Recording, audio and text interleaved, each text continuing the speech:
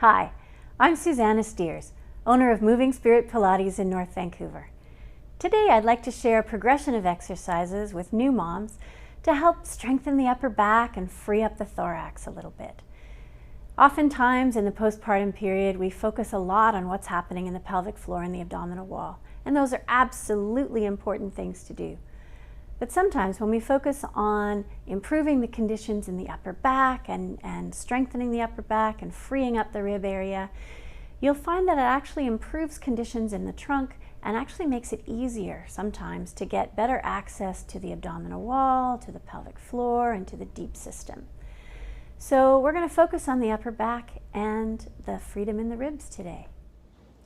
Our first exercise is called supine breathing and Barbie arms. And we're going to do this over a pillow, just a long regular bed pillow. Place it long ways on the mat or whatever you're working on. And you want to sit with your buttocks right up against the back of the pillow. And you're going to walk your way down. You can use your hands on the way down and just roll one vertebra at a time until you're lying back over the pillow. You want to feel that your pelvis is wide, your low back is nice and wide at this end. So my tail is not on the pillow itself, it's off the edge. And at the top end, you want to feel like your neck is long. If with this regular bed pillow, if you feel like your neck is kind of crunched up like this, place a towel or a pillow under your head until your neck feels like it's a comfortable position. It will feel like you're in a mild arch in your back, but it shouldn't feel extreme. In this position, I just want you to breathe 4 times. Inhale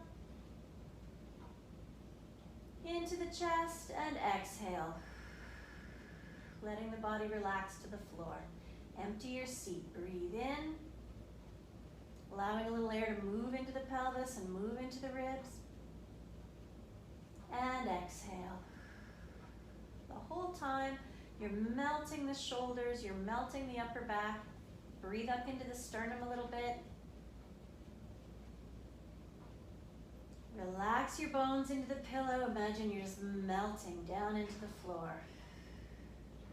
One more time, breathing in. And exhale.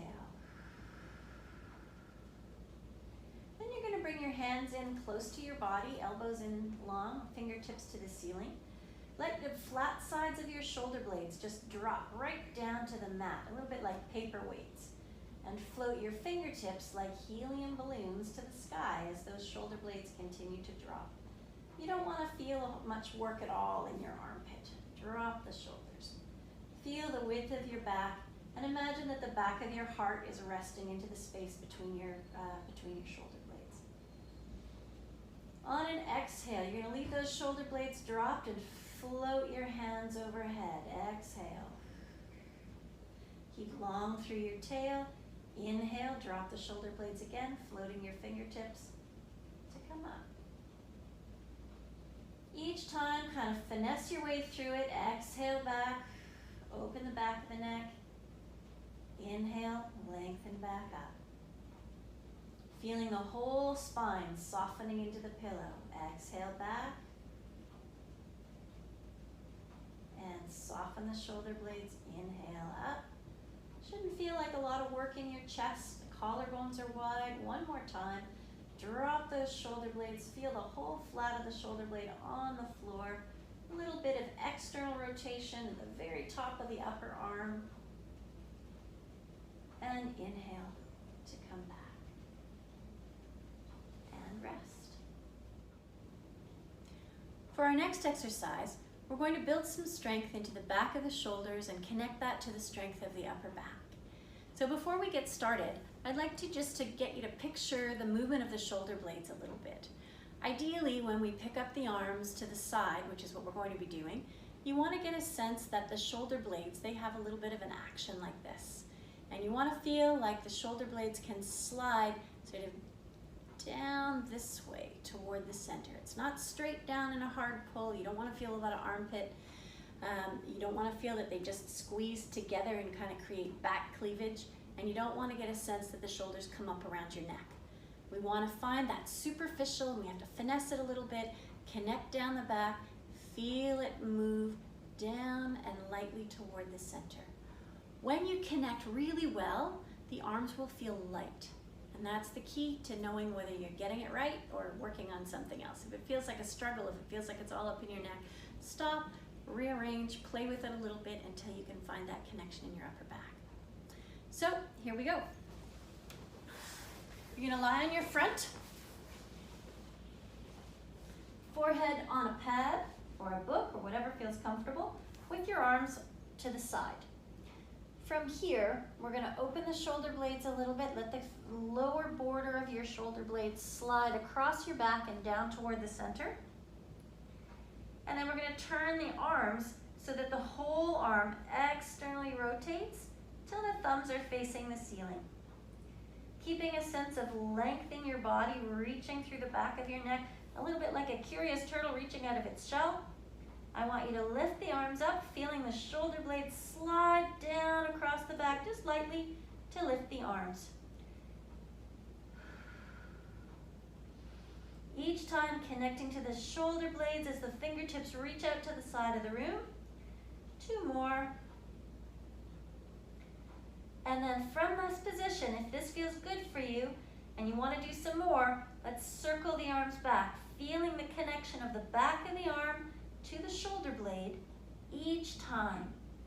The ribs are easy, your neck is long.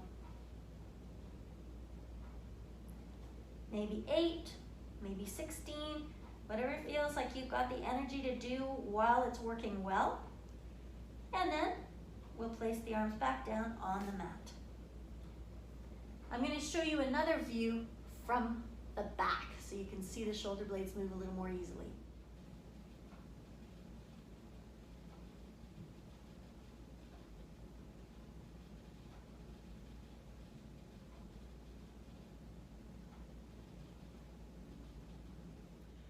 Once you've got a sense of the shoulders connected to the back and the mid-back and the shoulder blades sliding down the back, then we can play with an exercise called puppy pose that leads into something like a downward dog. Start this one on all fours with the feet relaxed, the thigh bones right over top or right underneath your hips, and the back of the arm underneath the shoulders. Now we often used to kind of feel that working into the armpits. See if you can really get light and buoyant on your arms as if these are like a post and the back of the shoulder blades are behind you, the same way we worked through the last couple of exercises. Energy pressing into the hands, you've got your pointer fingers straight ahead and the rest of the hand kind of fanned out. Feeling weight in the pads of the fingers as well as through the heel of the hand and the thumb and the fingers. Wide pubic bones, long spine, really float the rings of the ribs right at the top of your head. And you're going to press into your hands, leaving the shoulder blades behind you. So as you get further back, if things are tight in the armpit, you may feel like this wants to happen. Let's only go back as far as we can go, maintaining that sense of space in the shoulder girdle and keeping that connection to the back body. Rings of my ribs are floating up past my ears. I'm keeping some energy in my hands with a little bit of external rotation in the upper arm. And reach back out like a curious turtle looking out of its shell. Connect to the back body. Connect wide through the core. The abdominal wall is active. Pubic bones are wide. Energy through the back of the arm, right into the mid-back. And energy right at the top of the head. Lean out through the top of the head to come back. Keep the back of the shoulders, the shoulder blades on your back. A little bit of external rotation right at the top of the upper arm, feeding into the shoulder blade. Elongate, create some space in the rings of your ribs. So you're going back flat, flat, flat like a table. And come on back up. To follow into our next one, we're going to lean back a little bit. Keep some energy through the palms of the hands and through those pads of the fingers. Wide across the front of the hips, almost as if you're on a trapeze. And the trapeze swoops the hips up, sit bones to the back of the room.